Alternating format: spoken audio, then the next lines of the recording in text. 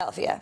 So I'm voting today. So you wouldn't walk around the streets of Philadelphia with a red hat on? I actually have a funny picture that I could show you afterwards. I have a Make America Great hat, and I walked my son to school wearing it the other day, and we even took a selfie. You have a son? I do. And a husband? Yes, I do. Is your husband a Trump supporter? No comment. Okay. It's a difficult household situation? No, he's just not perfectly sure yet. Not perfectly sure. Is he a Republican? Oh, gosh. He's not here. I am. I am a Republican. I am voting for Trump. Yeah, my husband's in the office. He's the CEO. Hi, honey. I'm just trying to stir things up for when you get home. That's all I'm doing here. Stir, stir, stir. But so, he's supportive of me. How's that? Okay, if it's Trump versus Hillary, you're still for Trump. You got it. If it's Trump versus Bernie, you're for Trump. I am burned out. If it was Cruz as the Republican candidate, would you vote for him? Nope. So it's Trump or nobody? Yeah. All right, Erin, you made your point. You got an extra 3 minutes on this show. Wow. Do you realize that? Well, thank you for having me. Let's do it again. You're welcome. Okay, Erin Elmore, thanks very much for joining us. Thanks for having me. All right. He's just upset because they're not the ones in control of the situation. Donald Trump is reaching out directly to the American people. That's why he's so successful. I spent a lot of time with Ivanka on the campaign trail, and she always said this about her father. Unlike other politicians, specifically Hillary Clinton, he is not beholden to special interest. His special interest is the American people. Such Fair a enough. softie. I mean, I just set that up. I think 9.5 is pretty good. And you know, what I like most is he started off really strong. He said, my first big political speech was right here in 2011. And he got such a good response then, 10 out of 10 then. And he said to himself, I think I like this business. And what I liked about that is he didn't call it politics. He called it a business. Because he's a businessman. And you here have called him the action president. I think that business and that action are tied together and go hand in hand, and that's why he's doing such a great job in the first month in office. That the Obamacare situation is addressed first, and as we already know, they don't need the Democrats to accomplish this. Mitch McConnell said that himself today. And after that, it's tax reform, because as you said, this needs to be taken care of way before we even start thinking about those midterm elections. It has to get done because it's going to ruffle a lot of feathers. This tax code has been around for a very long time and is very antiquated, and it's extremely problematic. So it's something that has to be tackled, and has to be tackled soon. Yeah, you're this family and how close you are with Ivanka. Well, Ivanka's a really lovely individual. I've spent a lot of time with her one-on-one, traveling around the swing state of Pennsylvania, where I'm from. And she was connecting and talking with voters on such a deep level. She truly cares about the American people.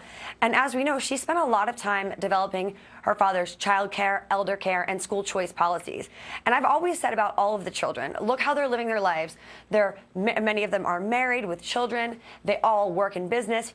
A lot of children, when your parents are very wealthy, you see the kids not doing so much. These kids have never spent one day as a tabloid headline. They're all such amazing, humble, and successful children. So good for them. And what does that tell you? They were raised well by a good probably doing was just supporting Ted Cruz's boss. It's almost sort of a job description. And all of these people that end up working in Republican politics have worked for other candidates in the past. So this isn't highly unusual. And to say he's hired to get it back on track, the campaign is quite on track. Jason's just another asset to the team. Hope Hicks has her hands full. She's very, very busy. And he's just another asset and another member of the team. So it is certainly on track. He's just propelling the movement forward. So I don't think it's a big deal at all. First of all, she's not running for office. Second of all, the very speech that they're saying she plagiarized, Michelle Obama also had that same criticism. They say that an author by the name of Saul Alinsky, he was plagiarized. So let's be careful who we point the finger at. On travel. That was astonishing to me. I saw some similar polls as well. And as we know, going through the election, not one poll was in favor of Donald Trump. So I bet you these numbers are even higher than the polls are showing, because historically, Republicans and conservatives don't participate in polls. So this just shows you that he has the support of the American people behind him. Was never demeaning to me. He treated me with such decorum and respect. Look at his daughter. She's part of the Trump Organization. Such a class act, but also treated with such respect. He has so many women in high-ranking positions and has for 30, 40 years. So to say that he isn't good to women or any other minority group, I've never seen that. He was nothing but a gentleman and a class act to me. To become the Well, truthfully, as a mother as well, I completely sympathize with her plight. And the United States does have an extradition treaty with the United Kingdom. It was set up in 2003. And my advice to Ms. Sanford would be just to speak to some lawyers and see what you can accomplish. The United States is a reasonable country. And of course, her son is accused of a serious crime. But I think if she wants this goal, I'm not for or against it. I just think it's something that she needs to work out with her lawyers, but he will face justice either there or here. We caught up with her right here in Cleveland. On The Apprentice, today she is a prominent national spokesperson for the candidate she considers a mentor and a friend, and we caught up with her right here in Cleveland. Did you compose it in your head? We met up with Philadelphia's own Erin Elmore here inside the Quicken Loans Arena moments after the GOP had nominated Donald Trump for president. And I was always going to be a supporter. Still, this Villanova law graduate and mother of a young son says her new job as a so-called surrogate for Trump is an unlikely turn along her career path. If you would have told me even 2 years ago that I was going to be heavily involved in Republican Party politics, I would have told you, wake up because you're dreaming. What I've learned so far is every day is different. You're going to meet so many different people from so many different walks of life, but everyone has a good story and everyone is so interesting. Have you taken any flack for being a Trump supporter, and how do you defend it? Pennsylvania is pretty darn blue. I have taken plenty of flack, but it's always good to deflect. But I will say this, every single friend I have has remained my friend because they're so grateful that the opportunity that I've been given.